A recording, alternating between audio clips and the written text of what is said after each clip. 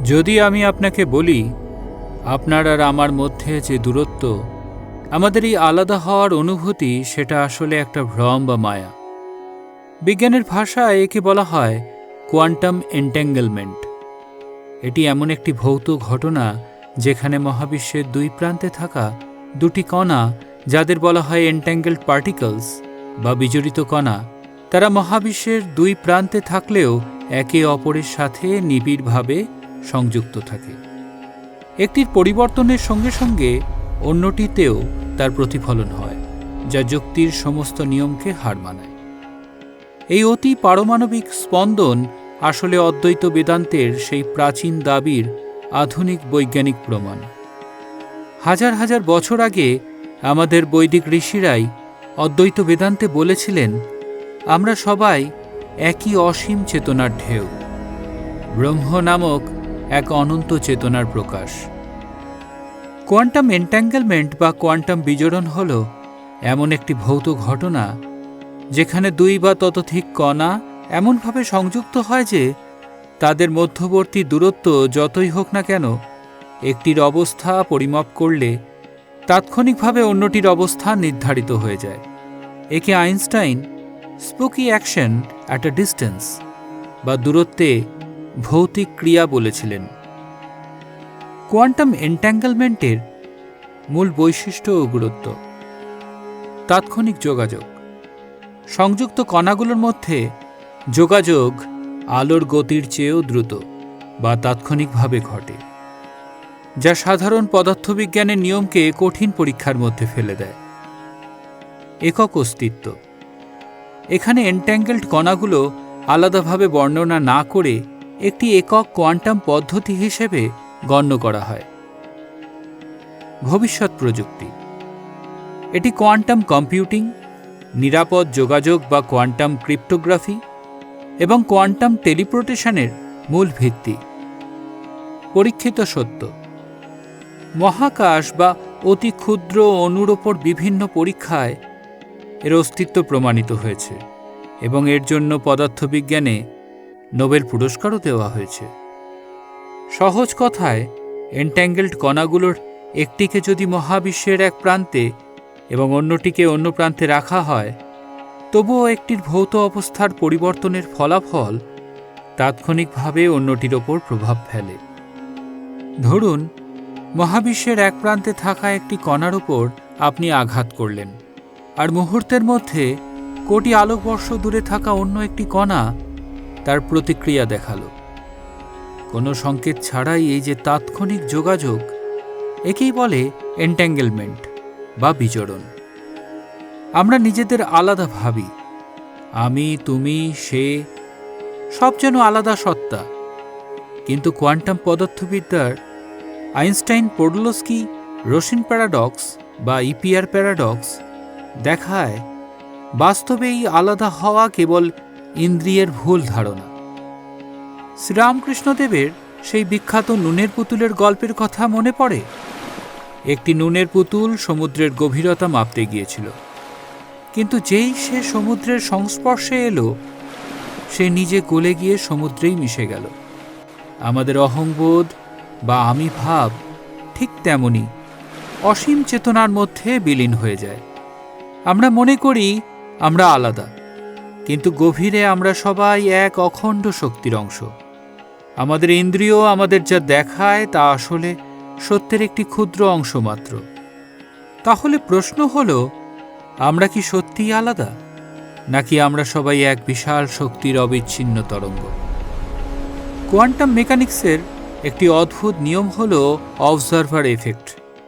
যতক্ষণ না কেউ দেখছে, ততক্ষণ একটি কণা তরঙ্গের মতো আচরণ করে, কিন্তু যেই আপনি তার দিকে তাকাবেন, তখনই তার ওয়েভ ফাংশন ভেঙে গিয়ে সে একটি নির্দিষ্ট বস্তুর রূপ নেয়। অর্থাৎ দ্রষ্টার উপস্থিতি ছাড়া বস্তুর অস্তিত্ব অনিশ্চিত। তার দেখার মাধ্যমেই বাস্তবতা তৈরি হয়।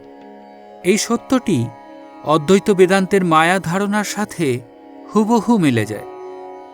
বেদান্ত বলে, এই দৃশ্যমান জগৎ আমাদের চেতনার মাধ্যমেই রূপ পায়।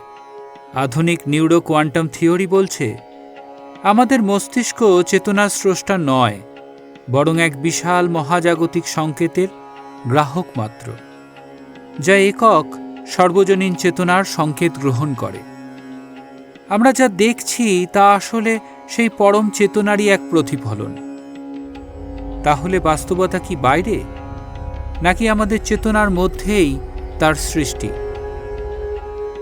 আধুনিক কোয়ান্টাম জীববিদ্যার গবেষণাগুলো আমাদের এক নতুন দিশা দেখাচ্ছে। বিজ্ঞানীরা দেখছেন যে প্রতিটি কোষের মধ্যে এক গভীর আন্তঃসংযোগ রয়েছে। শ্রীরামকৃষ্ণ বলতেন, জীবই শিব। প্রত্যেক জীবের মধ্যেই ঈশ্বর বিরাজমান। তিনি যখন সমাধিতে যেতেন তখন তিনি আসলে কি অনুভব করতেন?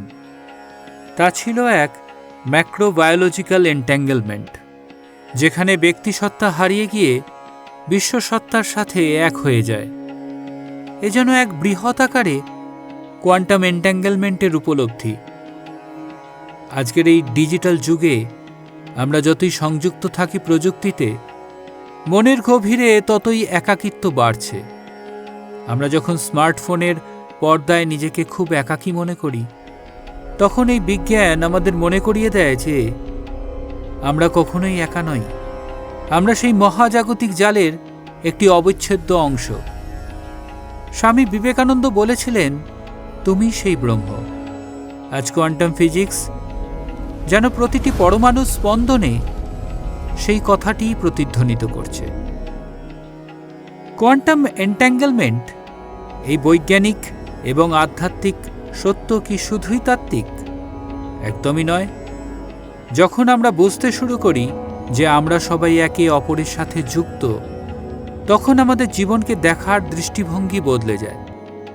অন্যের ক্ষতি করা মানে আসলে নিজেরই ক্ষতি করা, কারণ আমরা একই চেতনার অংশ। অদ্বৈত বেদান্ত আমাদের এই সংযুক্তিকে অনুভব করার পথ দেখায়। প্রতিযোগিতার বদলে আমাদের জীবনে আসে কালেকটিভ রেজোন্যান্স বা যৌথ স্পন্দন।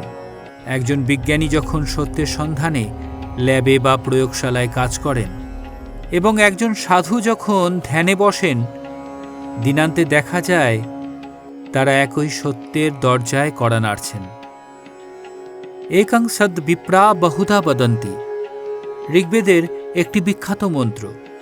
এর অর্থ হল, সত্য বা পরমেশ্বর এক, কিন্তু জ্ঞানীরা তাকে বিভিন্ন নামে ও রূপে বর্ণনা করেন।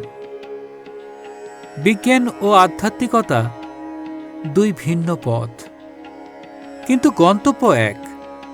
বিজ্ঞান অবশেষে সেই মরমী সত্যের নাগাল পেয়েছে যা আমাদের ঋষিরা হাজার হাজার বছর আগে ধ্যানে উপলব্ধি করেছিলেন। কারণ যেখানে জ্ঞান শেষ, সেখানেই শুরু হয় উপলব্ধি। আপনি কেবল হাড় মাংসের শরীর নন, আপনি এক অনন্ত চেতনার আলোকবর্তিকা।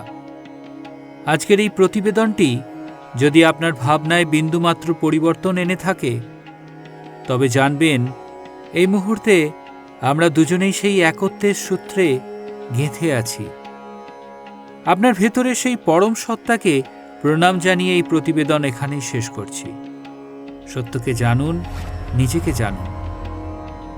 আপনার কি মনে হয়, বিজ্ঞান ও আধ্যাত্মিকতা একই মুদ্রার দুটি পিঠ? আমাদের অবশ্যই মন্তব্য করে জানান।